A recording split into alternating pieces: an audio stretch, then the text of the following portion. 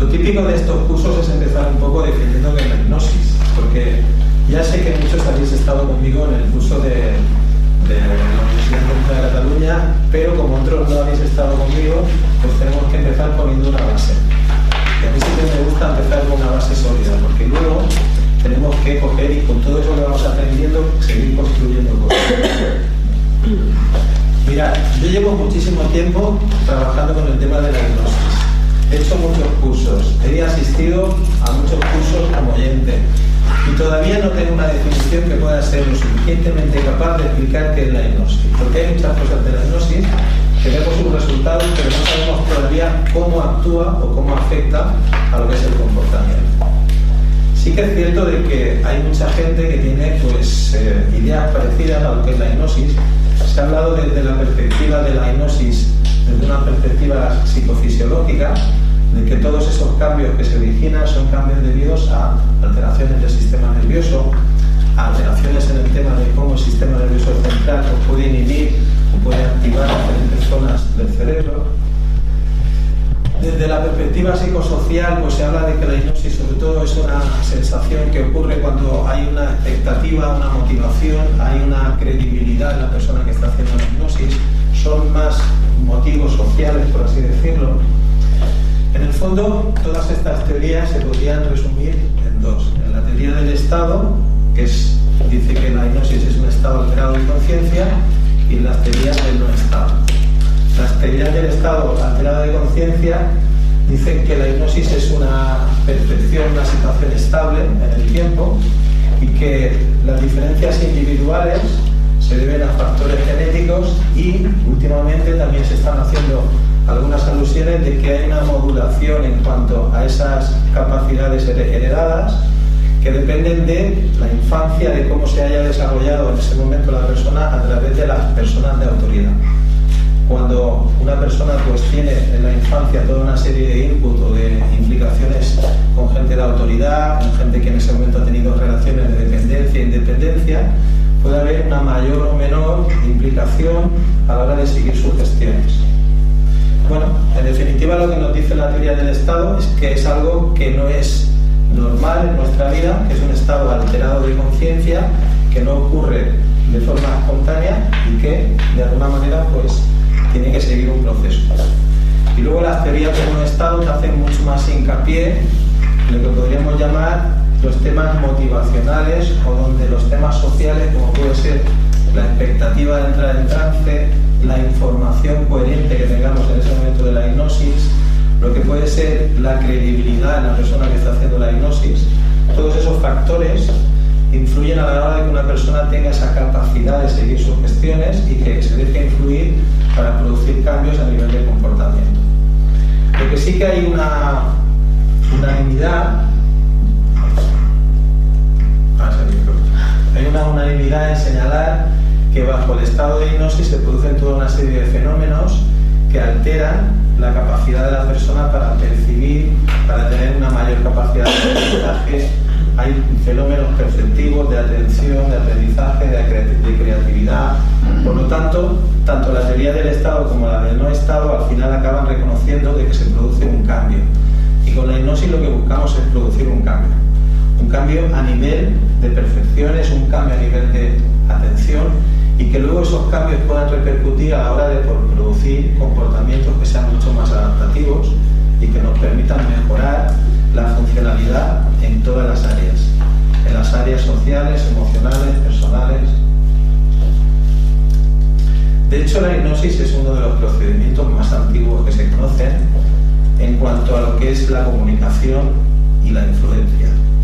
Desde tiempos ancestrales se ha seguido toda una serie de rituales para hacer que la gente acabe por adoptar posturas, acabe por dejarse influenciar por diferentes temáticas, entre ellas pues la religión. Yo creo que de alguna manera a lo largo de la historia se ha podido ver de influencia de comunicación, pues ha estado siempre mediatizado por el tema de la palabra. Fijaros que lo que nos diferencia del resto de animales, una de las cosas que más nos diferencia es el desarrollo de la comunicación. La comunicación es muy rica. Dentro de la comunicación verbal o la comunicación no verbal nos permite interactuar, crear relaciones Y la hipnosis no es ni más ni menos que un proceso de comunicación. Hay teóricos que dicen que la hipnosis es solo comunicación y otros que dicen que la comunicación es siempre hipnosis. Por lo cual al final acabamos siempre lo mismo. Es una situación en la que hay un conjunto de procedimientos con los cuales se puede trabajar para alterar y hacer que una persona pues, pueda percibir la realidad de una forma diferente. Luego iremos profundizando un poco más en todo esto de la hipnosis, pero de entrada creo que es importante que más o menos nos vayamos situando en que es un proceso de comunicación. Es un proceso de comunicación, lo que vamos a hacer es utilizar esa comunicación para poder ejercer toda una serie de cambios en aquellas personas que necesitan ese cambio. De alguna manera es importante también que sepamos que la hipnosis no es algo que le va a funcionar igual a todo el mundo. A veces la hipnosis no es para quien la necesita, sino para quien la quiere. ¿Por qué? Porque hay factores que influyen a la hora de poder recibir o procesar ese tipo de sugestiones. No todo el mundo tiene la misma capacidad para poder aceptar y poder introducir y de alguna forma modificar esquemas de pensamiento a través de la hipnosis. Hay una de las definiciones de hipnosis que es más antigua, que normalmente es la que siempre se utiliza y que es muy aceptada por la comunidad científica, que es la declaración de hipnosis que se hizo en 1955 por la Sociedad Británica de Hipnosis, que dice que la hipnosis es un estado pasajero de atención modificada, en la cual se puede acceder a través de la propia persona o a través de la inducción de otra persona, que se producen alteraciones en la percepción, la atención, la capacidad de motivarse. Y luego Milton Erickson añadió que es una situación en la que se puede trabajar un proceso de comunicación para también alterar los aprendizajes. A partir de ahí pues se han hecho muchas definiciones, pero todas al final acaban conduciéndonos a que la hipnosis es una herramienta que nos permite poder procesar toda una serie de cambios a nivel emocional sobre todo, y que lo que hace es que hay una separación de la capacidad racional y la capacidad emocional. Y esa es una de las herramientas que nos va a permitir trabajar diferentes situaciones y problemas. El poder separar lo que es la capacidad de racionalizar o razonar y la capacidad de las emociones. ¿Sí? Vale, llegados a este punto, fijaros que es importantísimo que todo esto que vosotros estáis ahora apuntando y que sabéis que es una información que ya conocíais, se la hagáis saber al paciente. Porque lo importante muchas veces es que el paciente quiera en ese momento participar. Si no quiere participar va a ser muy difícil. En el fondo toda hipnosis es autohipnosis. Si alguien no quiere participar va a ser muy difícil que podamos trabajar con él. Y ya sé que algunos estáis pensando que hay técnicas que pueden ser adecuadas para hacer que una persona entre en hipnosis sin que de alguna manera tengamos autorización, como el tema de la sobrecarga, el tema de hacerle en ese momento un shock, pero normalmente ese tipo de cosas por ética no las vamos a hacer, porque no vamos a tener en este caso a una persona bajo un estado que no quiera participar, y luego también son situaciones muy puntuales y muy esporádicas. Por ejemplo, Milton Erickson podía inducir a una persona a través de una especie de diálogo en tercera persona que le hacía creer al sujeto que no estaba hablando con él, sino que estaba contando una historia, y a través de la historia iba haciendo que la persona fuera poco a poco profundizando y metiéndose en esa situación de irse dejando poco a poco, pues más o menos influir de una manera indirecta. Pero en el fondo al final el cliente siempre estaba bajo su propio control. Si alguien no quiere, simplemente con decir no quiero, ya está, no pasa nada. Bueno, más o menos así para empezar la definición de hipnosis sería el punto de inicio. Siempre es bueno saber qué no es la hipnosis. Y ya sé que estáis un poco cansados de los mitos de la hipnosis, pero tenemos que de alguna forma hacer hincapié en eso. ¿Por qué? Porque es muy posible que mucha gente tenga ese concepto de la hipnosis y que no quiera participar por el miedo. Fijaros que el miedo es algo que nos bloquea y nos impide hacer muchísimas cosas. Por lo tanto, tenemos que quitarle ese factor de la hipnosis como algo que sea esotérico, algo mágico, algo que sea simplemente pues, un método que no va de alguna manera de acuerdo a la teoría científica, porque hoy día la hipnosis es una de las técnicas que está reconocida por la OMS. Es una técnica que se emplea en muchísimos sitios y que además en Inglaterra hace muchísimos años que se utiliza para intervenciones quirúrgicas incluso, y que no tenemos, pero que aquí en España pues todavía no tiene una aceptación tan importante como puede tener en otros países. No sé si es una cuestión de burocracia, una cuestión de que no se están haciendo las cosas a un nivel mucho más importante, con los escalones que tengan que hacerse para llegar a esto, pero en definitiva yo creo que la hipnosis es una herramienta que podría estar siendo utilizada en los hospitales para muchos problemas, pero que no se está haciendo. Bueno, pues uno de los mitos más importantes de la hipnosis, y veréis que voy un poquito rápido porque sé que algunos ya los habéis visto y tal, porque queremos entrar un poco más en materia, pero bueno, es importante que lo podamos de alguna manera ver. Uno de los mitos que está siendo un problema muchas veces a la hora de que un paciente participe es ese miedo que tiene a que nosotros podamos controlarle la voluntad y que podamos hacer con él lo que nos dé la gana. Ese miedo que todos tenemos a perder el control. ¿Por qué?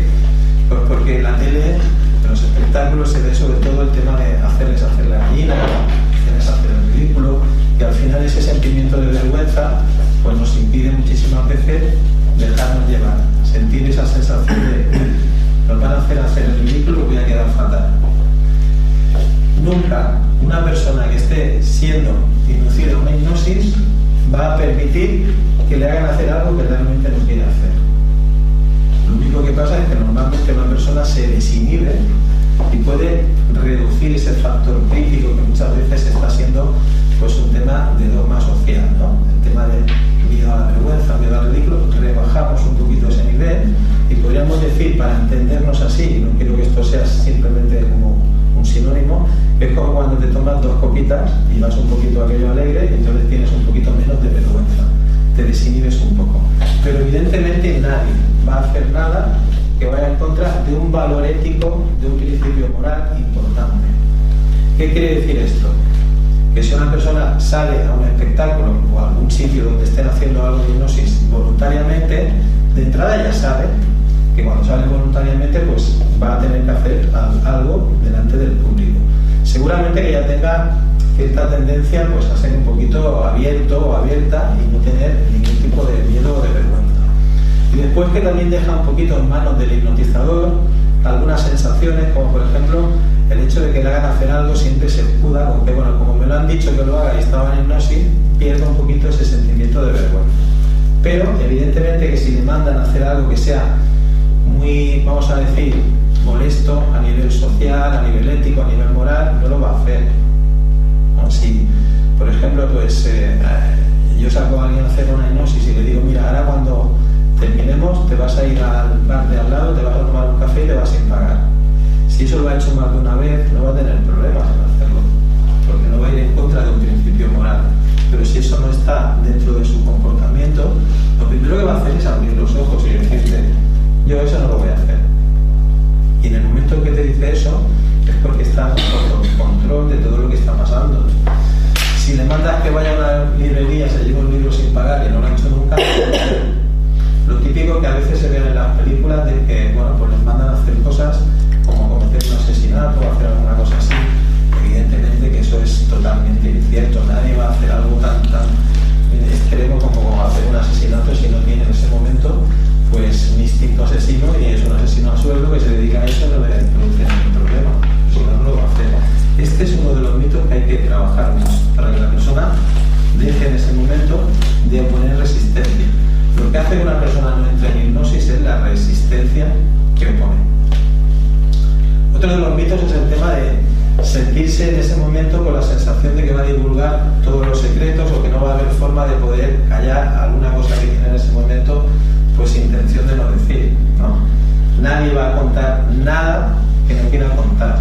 Ahora bien, esto es importante, sí que es cierto que bajo el estado de trance la persona tiene una facilidad para poder expresar algunas cosas que a nivel interno, pues en alguna ocasión le ha costado o no tiene la facilidad de hacerlo por miedo, la vergüenza, el sentimiento de no ser deseable socialmente, porque hay una abertura a nivel emocional y esa abertura le permite poderte contar algunas cosas que le da un poquito de miedo, de vergüenza o de sentimiento de sentirse débil si lo cuenta.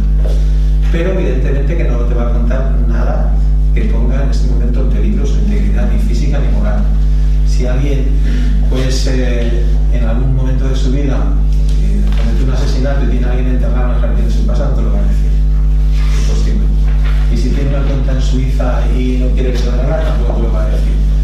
sabe en cada momento lo que está pasando. Fijaros, hay una parte de la mente de la persona que está bajo estado de trance, que es esta parte, que es la parte consciente, que lleva siempre un control de todo, pero ha disminuido el control en algunas cosas. Pone el control solamente para aquellas cosas que son importantes. Lo que no es importante baja el control, pero lo que es importante sigue teniendo el control. Por lo tanto, no va a hacer nada que ponga en riesgo ni su vida, ni en peligro ni físico ni moral cualquier actuación que tenga en ese momento. Y luego la parte inconsciente, que en ese momento lo que hace es que va poco a poco dejándose profundizar, y es cuando se acceden a las emociones. En esas emociones surgen muchas cosas que sería difícil que salieran de un estado normal. Por eso, cuando se hace una hipnosis, hay que tener siempre presente de que aunque sea una hipnosis para un problema pequeño, para morderse las uñas, para dejar de fumar, es posible que la persona acceda a emociones y nos dé en ese momento alguna información importante y que nos pueda en ese momento hacer sentir muchas veces que está pasando por un mal momento. Lo normal es que si hacemos una inducción y metemos a la persona a través de una serie de profundizaciones en un nivel un poquito profundo, es que pueda haber reacciones emocionales. Y si hacéis una hipnosis, siempre contar que puede ser que la persona se ponga a llorar. Es muy fácil que la persona acceda a esas emociones. Por lo tanto, importante tener al lado una caja de Kleenex, porque puede ser necesario que la utilicéis. Y no pasa nada, ¿eh? Luego hablaremos de todo eso, de cómo hacer para que la persona en ese momento pueda salir de esas situaciones. Otro mito, que la hipnosis puede ser peligrosa y puede dejar a una persona en un estado alterado de conciencia y que le cueste salir de ese estado, ¿no? Como si se pudiera quedar en un estado diferente de lo que realmente puede ser un estado normal.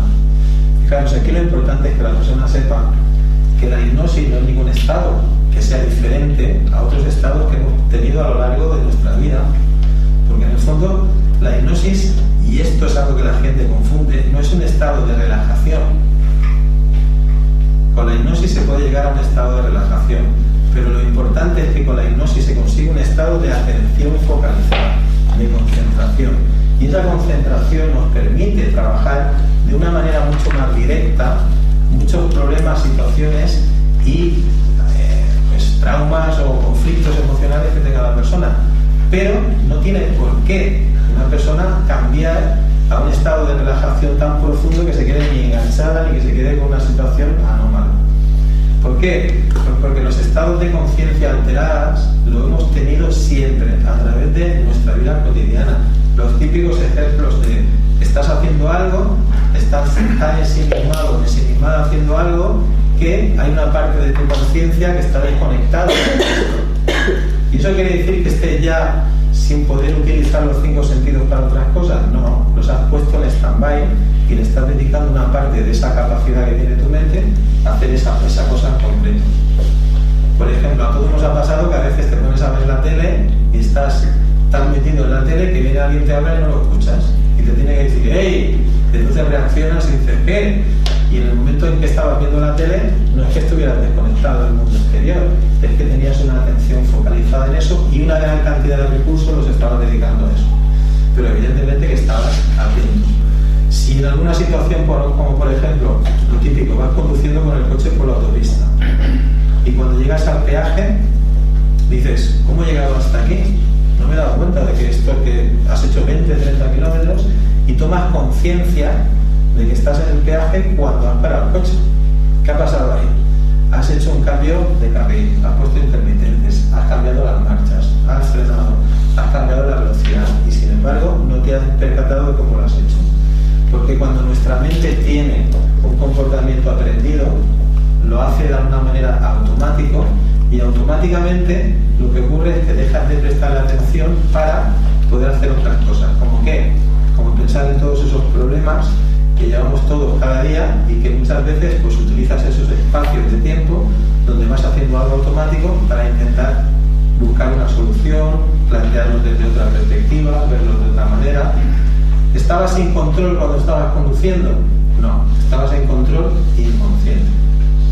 ¿Qué quiere decir? Que si hubiera habido un percance, hubiera por ejemplo habido una retención, se hubieran parado los coches, hubieran desactivado el piloto automático y hubieran vuelto a tener conciencia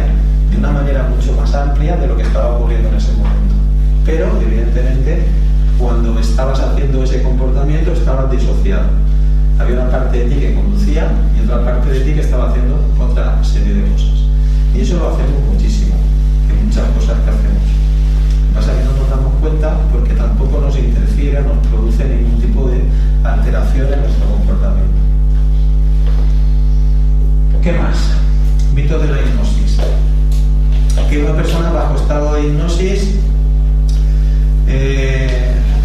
no se acuerda de lo que ocurre durante la hipnosis, por ejemplo.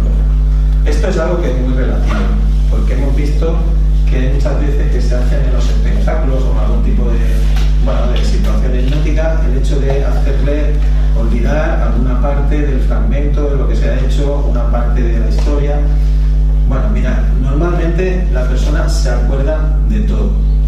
Sí que es cierto de que hay formas de provocar una pequeña amnesia de algunas partes de lo que hemos hecho en el trabajo con la hipnosis. Y hay algunas estrategias para hacer que se pueda olvidar alguna cosa de este tipo. Pero normalmente siempre es el paciente el que pone la última, vamos a decir, confirmación o no de si quiere o no quiere olvidar o recordar esa parte. Si le queremos hacer olvidar algo que realmente no quiere olvidar, no lo vamos a conseguir. Si es algo que no tiene importancia y además es algo intrascendente, podemos hacer que lo olvide. Por ejemplo, si le hacemos que olvide un número, el número 3, lo va a olvidar y además es que no le va a poner ninguna resistencia porque en el fondo no tiene importancia olvidar el número 3. Pero si le decimos que olvide el nombre de su hijo, por ejemplo, seguramente, a no ser que esté hasta las narices del hijo, seguramente que no lo va a olvidar. Por lo tanto, siempre tiene que haber un consentimiento de la persona.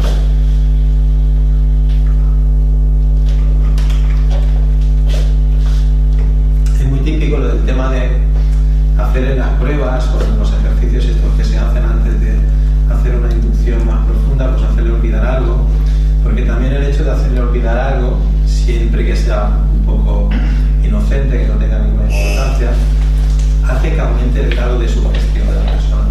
Luego veremos que todos estos retos y pruebas que hacemos, lo único que en este momento nos interesa de ellos es conseguir un mayor nivel de profundidad, porque a través de que la persona va accediendo a hacer este tipo de cosas, va dejando cada vez más esa influencia que se vaya produciendo por parte de la persona que hace la hipnosis. Hola, adelante.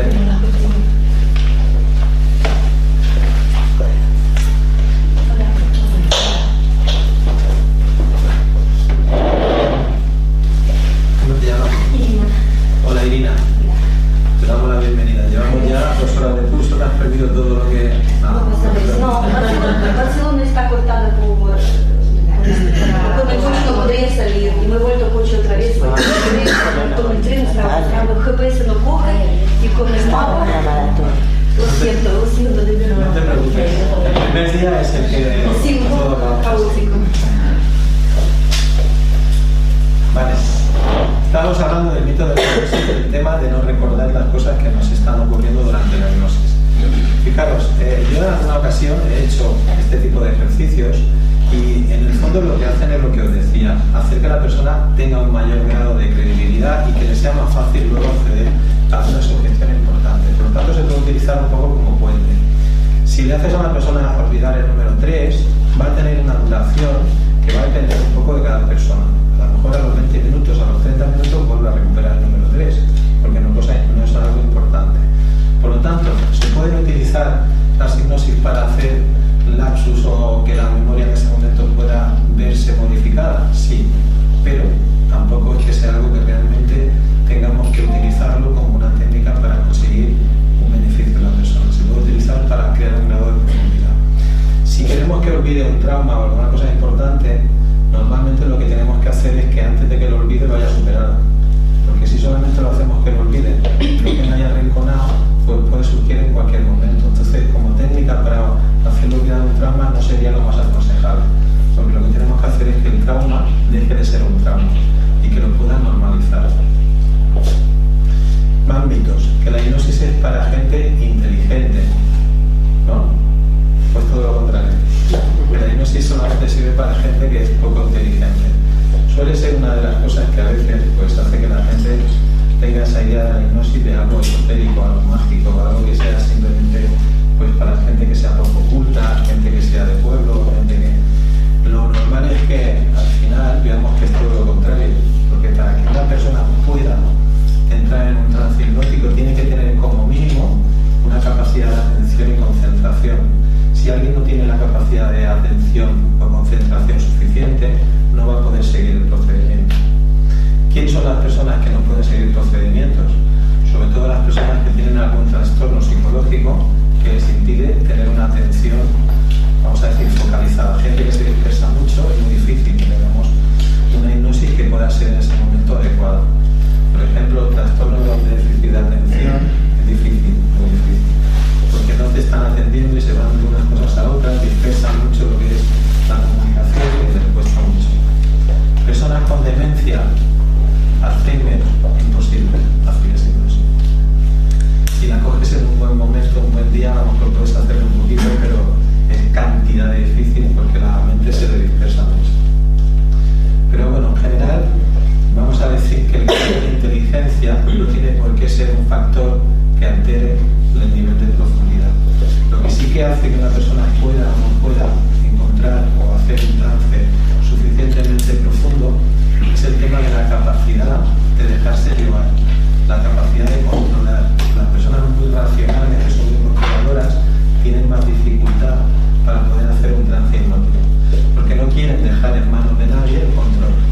Y esa es una de las cosas que nosotros como psicólogos, hipnoterapeutas, tenemos que conseguir que la persona baje ese nivel de resistencia y que al final nos permita entrar con él o con ella en ese nivel profundo o adecuado que nos permita trabajar este tipo de cosas. ¿Sí? Vale, ¿me dejo algún mito por ahí? Seguro que me he dejado alguno, ¿no? Que la hipnosis solamente es para espectáculo, que no sirve como método científico, que no sirve como método para trabajar con diferentes tratamientos. Bueno, eso ya, como os he dicho, está cambiando. Antes sí que la hipnosis sería única y exclusivamente para hacer espectáculos, pero hoy día, como hay ya muchísimos centros y instituciones que la utilizan y está reconocida por la OMS, pues se está haciendo un cambio en ese paradigma. Claro que se están utilizando incluso en intervenciones quirúrgicas. ¿Por qué? Porque hay personas que tienen problemas con anestesia, que no toleran ciertas anestesias, y en este caso la hipnosis puede ser una de las estrategias o remedios para poder trabajar y hacer que la operación pues, pueda hacerse con menos dolor. Son situaciones muy extremas, muy complicadas, porque a ver, siendo sinceros, a todos, si nos dan a elegir entre ponernos anestesia o hipnosis, elegiremos anestesia, ¿no? Por mucho que uno crea que la hipnosis funciona, pero a no ser que sea una persona que tenga intolerancia, pues normalmente nos ponemos anestesia. Sobre todo las anestesias que hay hoy día. Antes sí que había algunas que eran muy molestas porque te despertabas con síntomas de angustia, pero hoy día te ponen el propofol y sabes que te